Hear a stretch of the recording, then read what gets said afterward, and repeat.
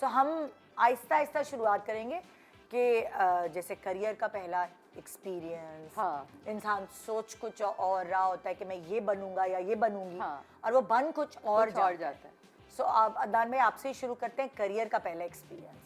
पहले क्या सोचा था अदनान भाई जब पाकिस्तान से जर्मनी गए, क्या सोचा था और फिर क्या हुआ? पहले तो शौक़ तो आर्मी का था। अच्छा। हाँ, लेकिन फिर ये कि जब मैं गया हूँ पाकिस्तान आई थिंक 1994 में, हाँ। तो उस वक्त थोड़े हालात थोड़े से सही होना शुरू नहीं थे, यानी कि कराची के हालात अच्छा, थोड़े 90s में बहुत टफ थे। तो फिर ये कि फिर तो आपने जर्मनी ही क्यों सोचा जाने का?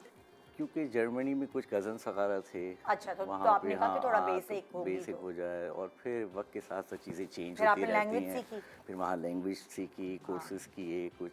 वहाँ सीखी या यहाँ सीखी? नहीं वहीं पे क्योंकि अब तो वहाँ जाने के लिए यहाँ से एक आपको लैंग्वेज कोर्स हाँ, ये वहाँ वो गए सेटल उस होने दौर के लिए नहीं गए थे, ऐसे वहाँ गए थे घूमने फिरने के लिए गए थे। ये और इनसे बड़े भाई गए। लेकिन ये कि फिर उस वक्त इतनी ना सख्तियाँ थी ना कुछ था जब इस दौर में हम लोग गए थे, और बड़ा यानी कि अच्छा वहाँ का माहौल और सारी चीज़ें थीं, और इतनी ना कोई टेंशन होती थी कि यार ये कहाँ से आए हैं या कौन सा मुल्क है या वही। वैसे वहाँ जाने से पहले अदनान भाई ने क्या सोचा था कि मैंने क्या आर्मी में जाना है? आर्मी में, हाँ, ये सोचा हुआ था। हाँ, और जब वहाँ गए आप जी तो फिर आपने कहा कि ये तो अच्छा माहौल है, अच्छा, तो हाँ, एक्सपीरियंस लेते हैं। और फिर उसमें फिर ये कि वालिदैन की यानी कि हमारे जो पेरेंट्स हैं उनकी दुआएं थीं। तो आप उसके साथ शेफ की तरफ कैसे आप मोल्ड हुए? कुकिंग साइड क्या है? कुकिंग इसलिए कि मैं शुरू से बहुत तेज़ था और एक्टिव था, और मैं घर की चीज़ें भी बहुत तोड़ता था, क्योंकि मैं घर में सबसे छोटा था।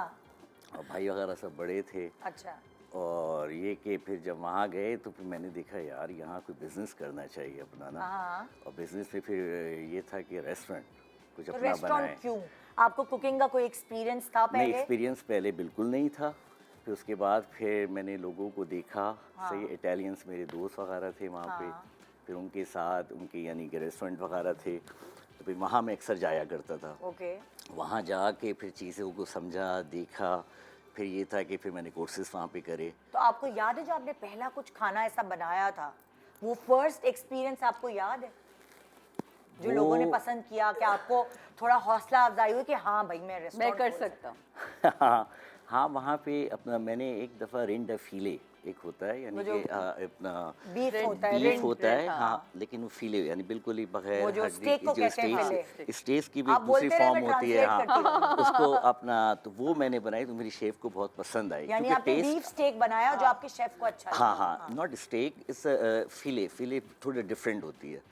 तो वो जब मैंने ब्राउन सॉस के साथ बनाया तो उसने कहा यार अपना ये तो बहुत ज़बरदस्त है। उसने कहा ब्रावो। अच्छा, फिर ये कि जब अपना ये चीज़ अपना मैंने बनाई और फिर उसके बाद उसको पसंद आई, तो फिर मैंने कहा यार ऐसा है कि इसी में आओ। मज़ा भी आया आपको, मज़ा आया, क्योंकि टेस्ट आपके हाथ में होता है, समझ रहे हैं।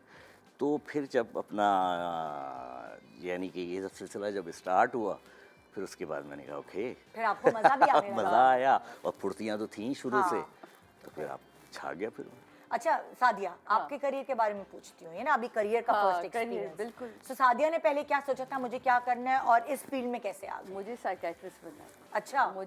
हम आर्मी के इलाके में रहते थे, जब पिंडी में, तो वहाँ ना ब्राउन कलर की साड़ी पहन के सारी ना डॉक्टर्स जाती थी, आर्मी की डॉक्टर। मेरी एक दोस्त उसकी मदर थी, तो मैं कहा मैं डॉक्टर तो नहीं बन सकती भाई, साफ सी बात है, मुझे तो कीड़े मकोड़ों से इतना डर लगता है, और पढ़ाई भी कोई इतनी खास साइंस वाली नहीं है, तो ऐसा कर सकते। तो मुझे हमेशा वो जो आंटी, वो आपको जो साड़ियाँ थी वो आपको अट्रैक्ट करती थी, और वो जो बैजेस थे ना, आर्मी यूनिफॉर्म इतना खूबसूरत होता है आपका, तो वो जो आंटी थी वो साइकियाट्रिस्ट थी आर्मी में।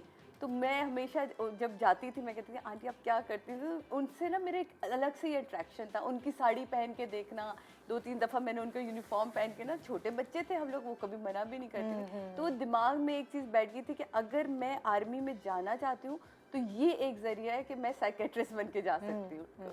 तो वो एक दिमाग, और मैंने साइकोलॉजी में टॉप किया वकालसा कॉलेज में। अच्छा। मैंने टॉप भी किया, जबकि मेरे अब्बा लेने नहीं दे रहे थे कि ये, क्योंकि आपको पता है एक दौर होता है जब माँ बाप भी समझते हैं कि साइकोलॉजी पढ़ेगी तो पागल हो जाएगी। तो मेरे पास फिलॉसफी, साइकोलॉजी और उर्दू एडवांस थे जो मेरे थे, तो और मैंने साइकोलॉजी में टॉप किया था। लेकिन कहते हैं ना, आप सोचते कुछ है और होता कुछ है।